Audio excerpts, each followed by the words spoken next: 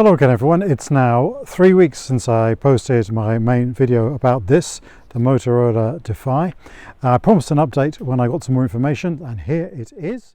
So it's a blustery day at home. The summer's come to an end and the wind's picked up in the trees as I'm out for my walk. But I wanted to give you an update because there's some more information that answers some of the questions that were left outstanding last time.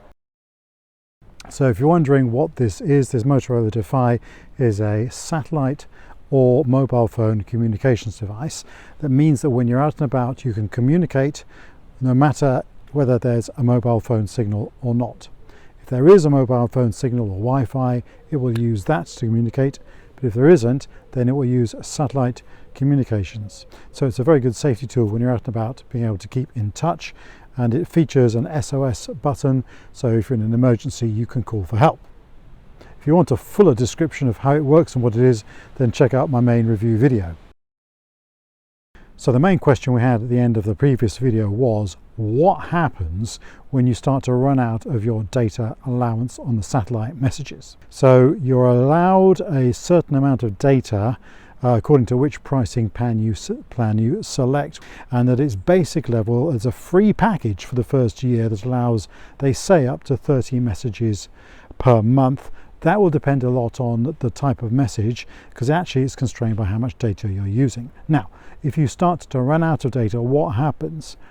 Basically, according to the list of information I have, once you've run out of data, you cannot send a message at all, and you'll come up with a message on the Bullitt app that you use to send the messages. The message will say, you've run out of data, you can't send a message.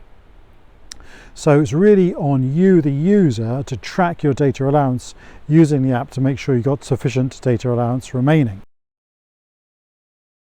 And the next question was, well, if I'm starting to run out of data, can I buy extra? Can I add a bolt-on to my data allowance?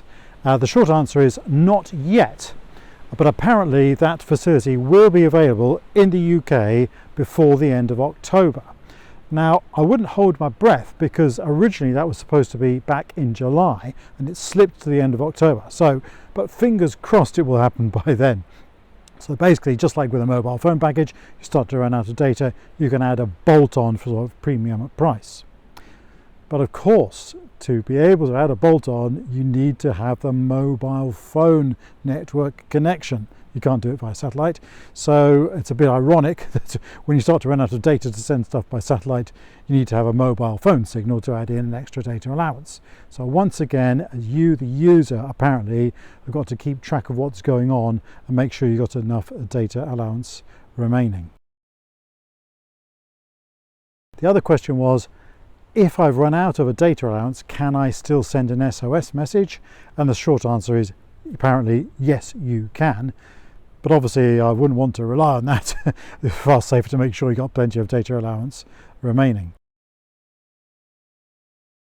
Now all this has got me thinking, is it this situation where the makers of Motorola and Bullitt are, if you like, relying more on the income stream from the subscriptions than from actually selling the device? Because inevitably, if there's a risk of running out of data and stuff, you're more likely to buy a monthly package that's a more sort of generous and more expensive on you.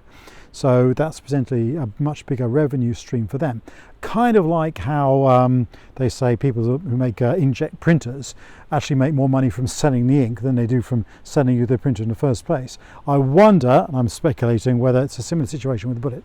They're after selling you a more expensive monthly subscription because of the constraints and risks of what happens if you run out of the data allowance. Now it does make me wonder how hard it would be to flash up some kind of a warning message via the app when you're approaching, say, 80 or 90% of your data allowance, to give you due warning, so that all of a sudden it isn't a big surprise when you've run out. But that's something that even mobile phone companies don't do, so perhaps we shouldn't hold our breath for that.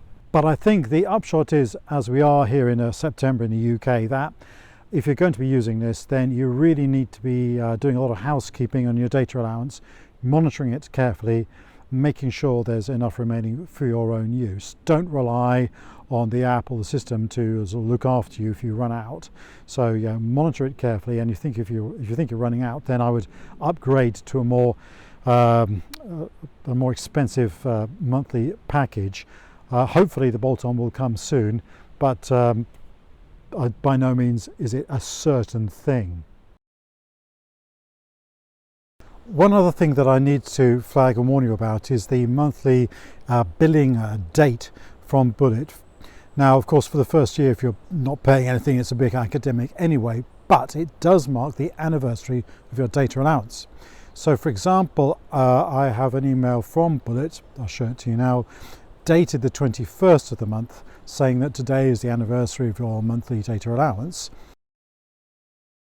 And yet that same email states that the date of the anniversary is the 26th, 5 days different. That's quite a big difference, especially if you're judging your allowance to the month and not wanting to have to pay more for a more expensive package. So be careful about that. And also, don't be alarmed, that same email has the monthly price at £4.99 in big bold type, and only in tiny print below that do they state that actually it's only £0 because it's part of your first year's deal, etc., etc. So the communications and the timings from Bullitt are a bit vague, and again, I wouldn't take anything for granted. I would watch the allowance updates on the app itself and use those as your guide, because the dates on the emails are obviously a little bit, shall we say, inaccurate. But I hope this doesn't sound too much like a downer on the Motorola Defy. These are, if you like, teething troubles whilst it's evolving and we're getting to know how to use it in the field. It's still a cracking device. It's incredibly good value compared to the competition, definitely, and a very important sort of safety function if you're out in the wilds, especially if you're traveling on your own. So I think the bottom line is it's a good bit of kit, but you do have to monitor your usage of the data allowance very carefully. Right, so that's it for now. The wind's picking up, I'm going to carry on with my walk. If there's any more developments or updates, then I promise to keep you posted.